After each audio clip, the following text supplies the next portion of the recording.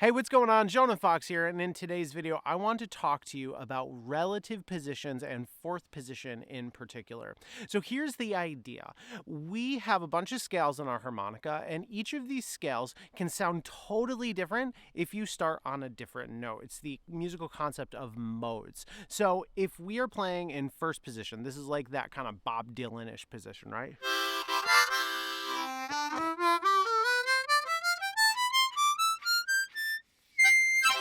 Okay, so if we can do first position, the thing is, if we start on a different note in that scale and we end on that same note, but use all of the same notes that we've already been playing, we're going to get what we call a mode.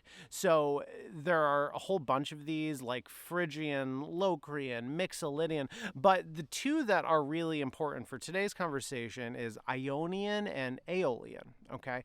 So think of it like this. If you know a major scale, we're starting on scale degree 1, and you go up 1, 2, 3, 4, 5, 6, 7, 1.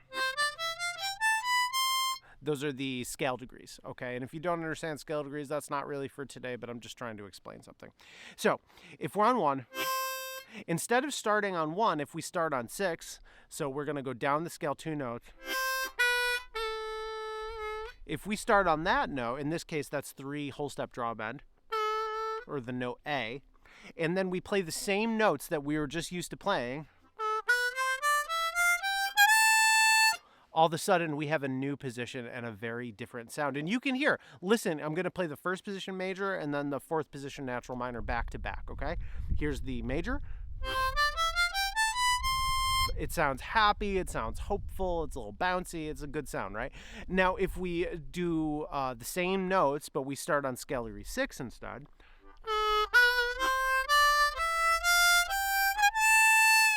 now, all of a sudden, it has this sad, moroseful, melancholic sound, but it's even kind of biting of where the notes land, because you have scale degree 1 that is on 6 draw, which you can bend up to, which is really nice. So that's the general idea behind a relative scale, is for every major scale that you know, if you start on scale degree 6, okay, so if we go 1, 7, 6, and we play all the same notes, we get a minor scale. That's the natural minor scale, okay? Now, it works this way for all of the different positions that we know, and it also works this way starting on a minor scale and going to a major scale. So let me explain one of those. So third position, okay? So on a C harmonica, that'd be D minor. Okay, so that would be third position. It's a minor scale. Now, if you imagine in your head that the 1 in this scale is actually 6, and you find the 1, right? In this case, that would be the note F on 5 draw. You can start a major scale from there. Now, instead of starting on the 5 draw, I'm going to start on 2 whole step draw bend. We're going to do the same scale down an octave. Now, again, all of these notes are the same notes that are in the D natural minor scale, which is one of the main third position scales. So check it out. And that makes the 12th position major scale, okay? Pretty cool, right? Now, if you know the second position major pentatonic. Okay, so that is a G scale. So if we imagine, if that's 1 and we want to start on 6. Okay, so we're going from the G, F sharp is really in the major scale. That would be the 7, and then the 6 is the E. Okay, now if we start on that note and we play all the same notes and we stop on the E, we get the E minor pentatonic.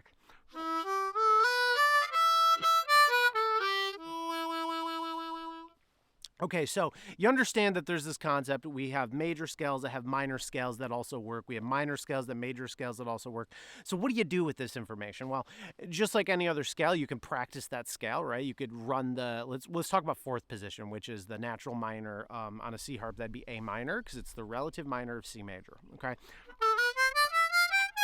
So that's the one we're going to talk about. Now, this scale is going to work stylistically a little differently than the first position major scale, right? So it'll allow you to play different kinds of music. It has a different note pattern, and you can really just enjoy learning that. But you don't need to overcomplicate this. Let me tell you the easy way you can figure this out. So we all know, like, if you can improvise a little bit, right? You've probably played first position C major or something. Okay, so here's a C major backing track. I have a Bluetooth speaker here.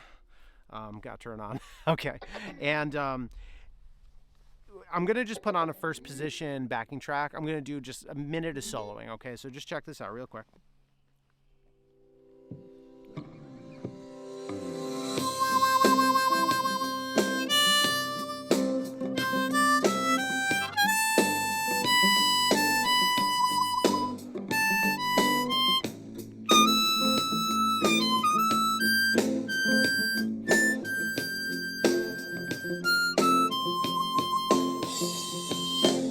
Okay, so that was just some of my first position playing. I think first position is really fun. Don't sleep on it. It's actually really enjoyable in its own right. It has a very different feeling than the other positions that we normally play. Now, here's the cool thing. You know how I said that, hey, you can do this natural minor scale, and you could just go right ahead and jump into learn that scale, practice it with the metronome, jump into a backing track. But here's actually something that's really cool. So if you know first position, right? Let me just load something up. If you know first position, what you could do is you could just put on a backing track of the relative minor, or vice versa, the relative major, if we're doing, let's say, third position going to 12th position. But you can put on the backing track. So in this case, I have a Santana style track in A minor. Now, even if you don't know the notes of the scale and you start playing in first position, really what's happening is that you're playing in fourth position. You don't even have to do anything. You don't have to learn any new notes. Just check it out. I'm not even going to really focus around the A minor. So you'll just hear that even playing in first position over this song is going to feel totally different. So check it out.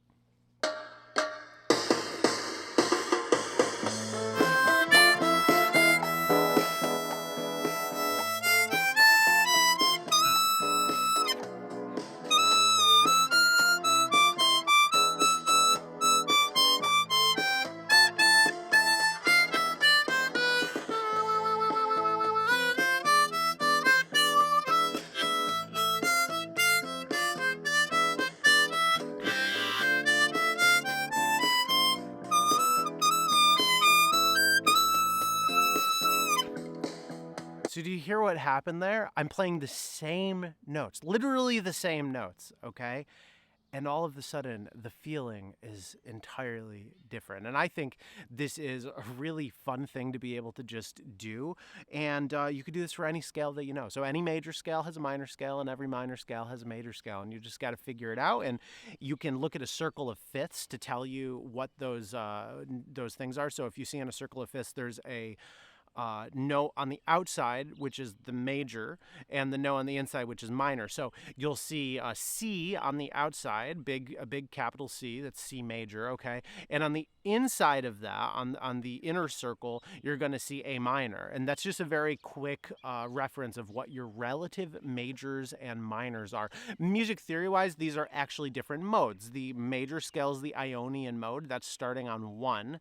And the Aeolian scale, this is the natural minor, and that's starting on scale degree 6. And there's a whole bunch of other modes that you can learn. Like, this isn't all you really can learn about modes, but this is one of the most important lessons. And if you figure it out, if you already know first, second, and third position, now all of a sudden you also know fourth, fifth, and 12th. So I hope that this was helpful. If you want to learn more about your scales, you can check out my free scale cheat sheet. And if you want my help directly, I can get you from a place where you're kind of struggling with the harmonica to where you're pretty much a pro level player and go on stage. You can improvise, you can learn songs. I will help you out in my Harmonica Success Program. And if you want to learn more, you can click the button in the description to go and learn more and apply. So that's it for today's video. You should check out this video up here to learn more about the major scale. If that's something that you're still kind of working on, you can subscribe down here and go check out my scale cheat sheet. I think it'll really help you. That's it for this week. I'll see you next time. Peace.